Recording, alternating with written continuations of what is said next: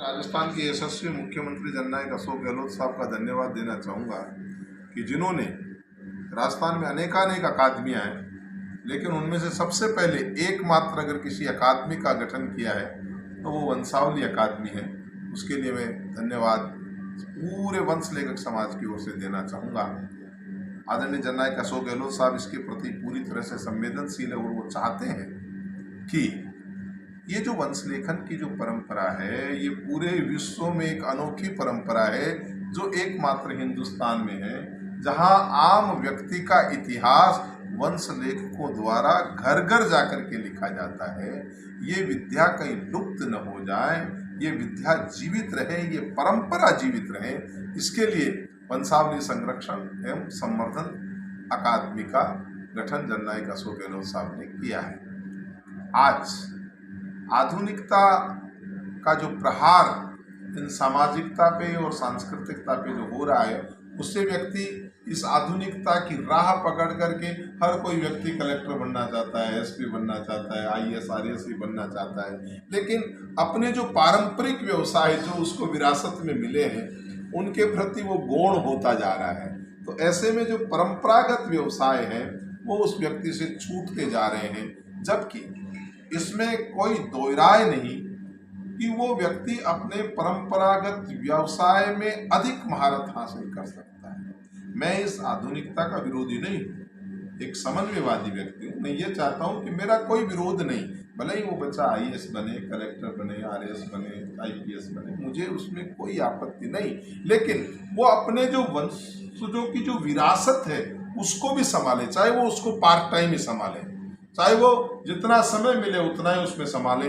लेकिन वो उस विरासत को खोने न दें। इसलिए आज इन युवाओं का आह्वान करने के लिए कि वो अपनी पढ़ाई के साथ साथ अपने लक्ष्यों के साथ साथ एक लक्ष्य ये निर्धारित कर लें कि हम अपनी इस परंपरागत व्यवसाय को, हम अपनी इस परंपरागत विद्या को, हम इस अपने परंपरागत व्यवसाय को लुप्त नहीं होने देंगे, उनमें जागृति पैदा करने के लिए और उन वरिष्ठों और उन युवाओं के मध्य समन्वय स्थापित करने के लिए कि ऐसा ना हो कि कहीं वो वरिष्ठ आज हमारे बीच में रहे ही नहीं और उनके बीच में जो विद्याएं थी, क्योंकि एक वंश लेखक मात्र वंशावली लेखन का काम नहीं करता है, बल्कि एक वंश लेखक जो है वो लोक कथा कहना भी उसको आना चाहिए, उसको कथा पुराण, क्योंकि सब सूत जी महाराज के मागध जी के वंशज हैं।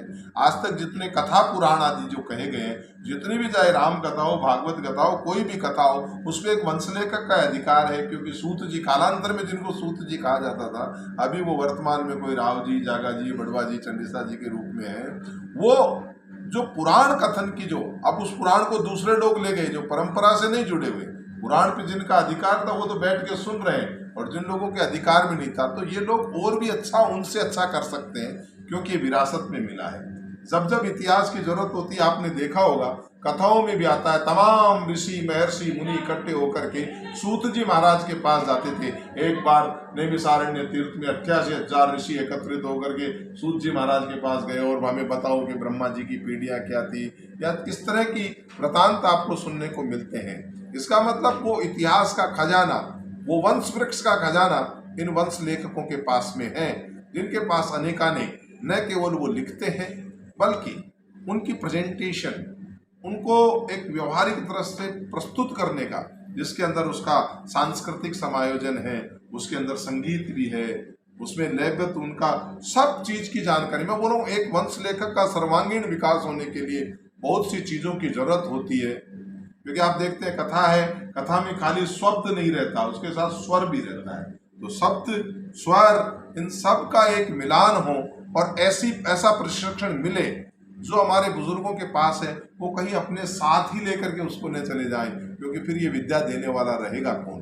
तो मेरे पास सामने दो बड़े काम हैं, एक युवाओं को इसके प्रति आकर्षित करना और एक बुजुर्गों को तैयार करना कि वो अपनी विद्या को इन युवाओं में ट्रांसफर करें, ताकि फिर नए लोग जो हैं वो वंश लेखक बन पाए। श्रीमान, आप जानते हैं कि वंश लेखक जो है उसमें और इतिहासकार में बहुत बड़ा फर्क होता है। इतिहासकार के हाथ में जब कलम आती है तो वो अपना ही गुणगान लिखता है, जिसके हाथ में कलम आ गई वो सिर्फ अपने बारे में ही उत्कृष्ट लिखेगा, बाकी के बारे में निम्न ही लिखेगा, जिसके हाथ में कलम। लेकिन एक वंशलेखक ऐसा होता है जो निष्पक्ष भाव से, जो निरपेक्ष भाव से काम करता है, तो वो सबसे बड़ा उसका इम्पोर्टेंट होता है। इस संदर्भ में आज हमने आपको भी इसलिए बुलाया और हम ये कहना चाहते हैं कि हम 31 तारीख को एक हरिश्चंद्र माथुर जो हमारा प्रशासनिक संस्थान जो है उसके ऑडिटोरियम में एक वंश लेखक सम्मेलन और कुछ युवा प्रतिभाओं का हम सम्मान समारोह आयोजित 31 तारीख को हम करने जा रहे हैं। उसी के संदर्भ में आज मैं यहाँ आया हूँ। शाम को यहाँ डीगो में हम जाएंगे, वहाँ हमारा वंशावली लेखक एक बहुत बड़ी धुरी थे गिरवर सिंह जी, उनका भी देहांत हो गया। उनके कार्यक्रम में भी मैं वहाँ भी सम्मिलित होना है। समाज बंधु भी काफ़ी एकत्रित होंगे, सब लोगों को ये मैसेज देने के लिए कि वो 31 तारीख को ज़्यादा से ज़्यादा आएँ और मैं एक प्रारंभ कर सकूँ, एक शुरुआत कर सकूँ इन वंश लेखकों को एक जगह।